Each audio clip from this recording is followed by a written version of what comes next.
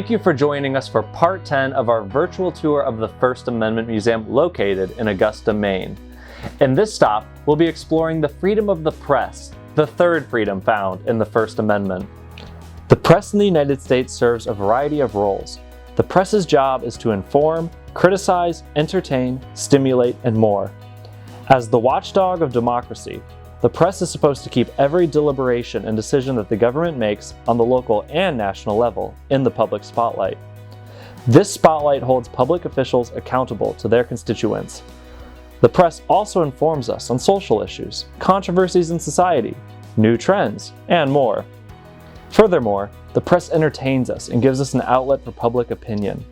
The press is also a vehicle for us to send our thoughts and ideas out to a wider audience. In 1690, the first newspaper in America, Public Occurrences both foreign and domestic, was published in Boston. However, it was suppressed after its first edition. The suppression of colonial newspapers began the struggle for press freedom in the United States. The most dramatic confrontation came in New York in 1734, where the governor brought printer John Peter Zenger to trial for criminal libel after the publication of satirical attacks on the governor. The jury acquitted Zenger, who became the first American hero for freedom of the press. Familiar with the importance of press freedom, James Madison enshrined it in the Bill of Rights through the First Amendment. With the press explicitly protected from government suppression, newspaper publishing exploded in the late 18th and early 19th centuries. Since then, the press has had a long and storied history, their scope gradually expanding up until the present day. New mediums such as magazines, radio, movies, television, the internet, and more have all increased the size, strength, and ambiguity of the press. The press, once composed of just simple newspapers and broadsides, has expanded into large multimedia empires.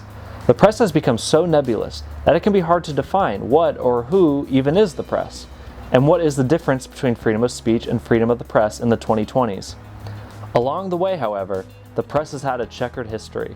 Great triumphs for the free press, such as the revealing of the Watergate scandal, or Nellie Bly exposing the deplorable conditions of American mental health institutions, have been muddled by the regrettable history of things such as yellow journalism, or when the press has unfairly targeted innocent individuals such as Richard Jewell or Oliver Sipple. Jewell was a security guard at the 1996 Atlanta Olympics who was wrongly accused by the media of planting a bomb at the event. Sipple's sexual orientation was outed by the media after he prevented an assassination attempt on President Gerald Ford. Unfortunately, many controversies and issues still plague the press today. According to the 2021 Edelman Trust Barometer, nearly 6 in 10 people say journalists are purposely trying to mislead the public by saying things that they know are false or grossly exaggerated. Furthermore, according to a 2020 Gallup poll, only 9% of Americans trust mass media a great deal, and 31% a fair amount, while 27% of Americans have not very much trust, and 33% none at all in the mass media.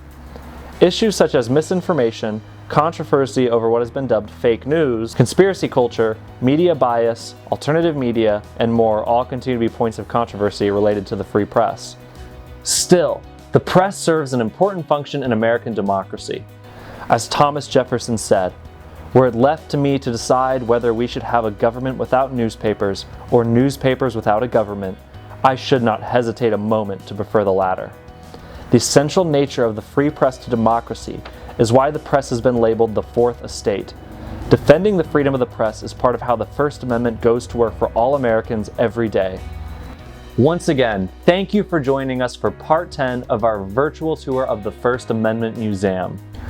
We hope you join us for part 11, where we'll be discussing the amazing history of the Gannett family, the people that lived in what is now the First Amendment Museum, and a shining example of a family that has made historic use of their First Amendment freedoms.